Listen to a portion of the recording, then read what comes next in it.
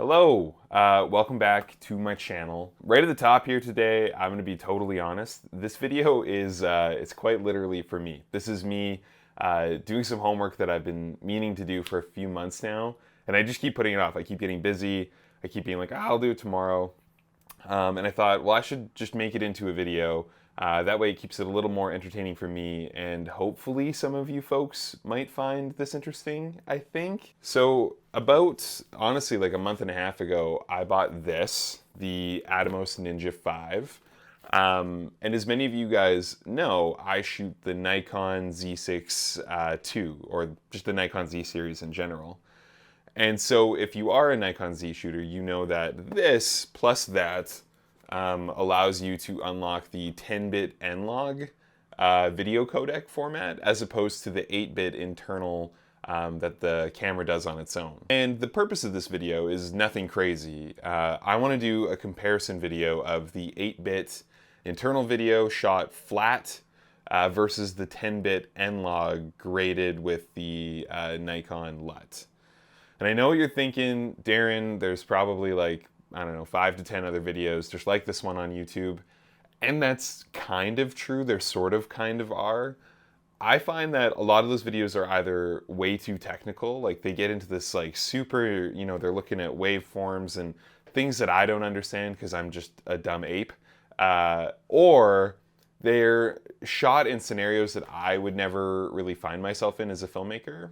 The context that I'm approaching this with, and it's like any other video you've seen on my channel when I talk about lenses or gear that I'm using, the context that I'm looking at is myself as a freelancer, someone I do almost all of my shoots alone. I'm running guns, weddings, it's like corporate pieces, commercials, things like that. Is this thing, the Atomos 5, is it going to make a significant difference, a noticeable difference for my clients?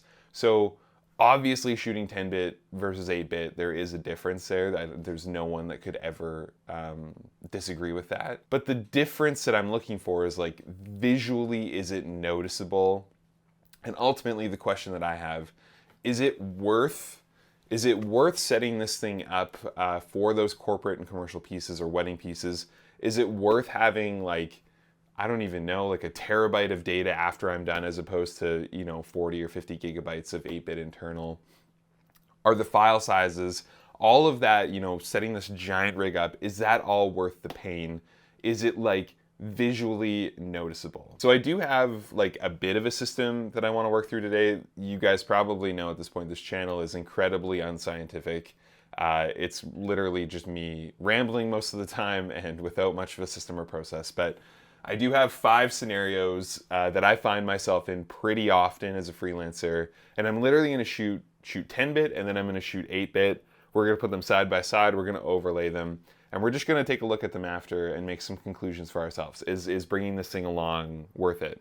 So right now we are shooting 10-bit N-Log on the Atomos right now, so if it looks a little better, awesome. I honestly haven't done this yet, so I have no idea what this looks like. The 5 scenarios that we are looking for right now are scenario 1, talking head controlled artificial lighting, 24 frames a second. Talking head complicated lighting, so we're going to do some backlighting with a big window or something behind me. Outdoors natural lighting. We're going to do some real estate B-roll. I do quite a bit of real estate work, and we're going to shoot that at 60 frames, 10-bit and 8-bit.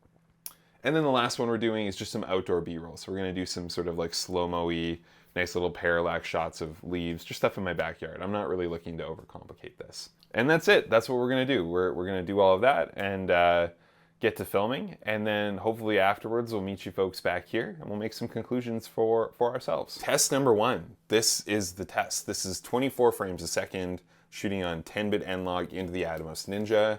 I really am just realizing now I'm going to have to find something to say in every single one of these long enough to do the test. So hopefully this has been long enough. Let's switch it to the 8-bit flat internal and let's see what that looks like. The thing I realized is that I don't have a front-facing monitor when I do the internal. So hopefully this is focused up. This is the 8-bit test for the sort of artificial controlled lighting, 24 frames a second. Again, really struggling to keep talking through all of this, but hopefully this provides us enough talking time to get a good example. Okay, so this would be a complicated lighting scene, I guess. Apologies for the echo in here. Jeez Louise, that is brutal. So yeah, this is 10-bit N-log footage shot with this big bright window behind me. This would be 8-bit flat internal, complicated lighting.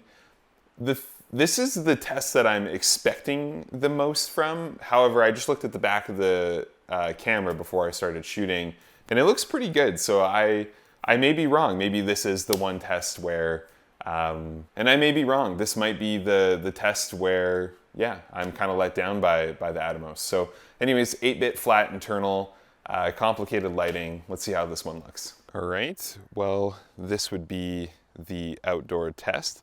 It's a pretty sunny day, but it's also like a bit wildfire smoky. So there's a bit of like diffusion, but again, all right. And again, exact same scenario, but this would be the 8-bit internal, outdoor. You know, this would be kind of a nightmare day, right? You're out in the middle of the sun.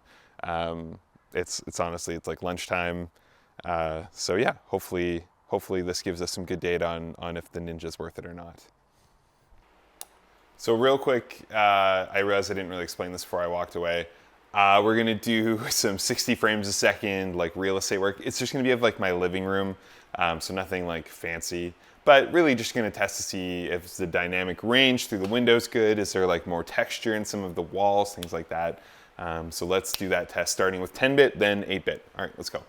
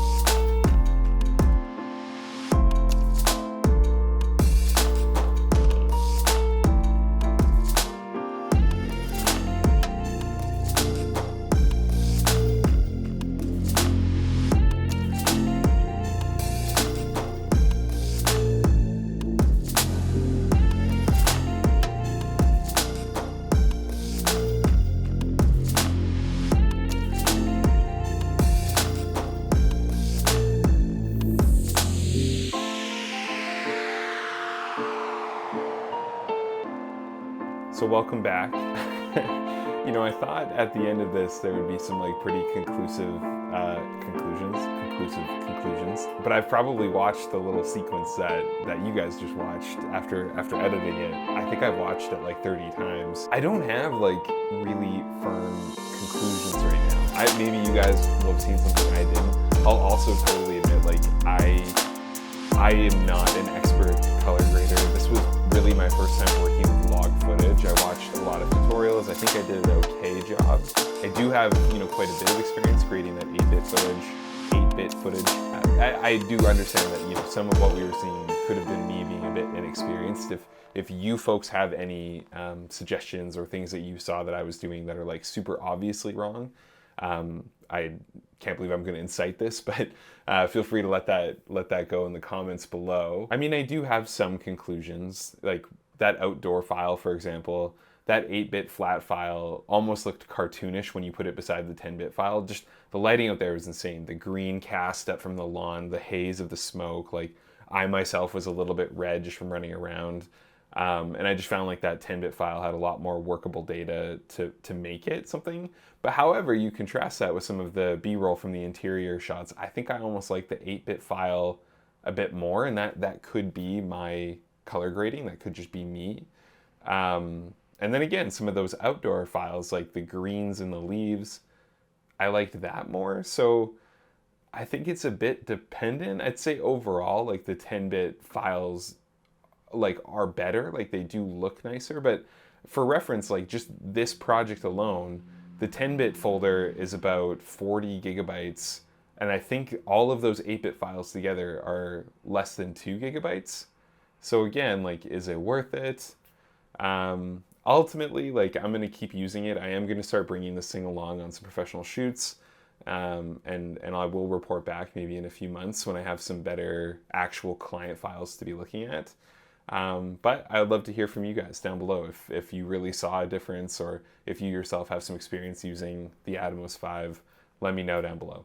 I think that's it. Thanks a lot, guys.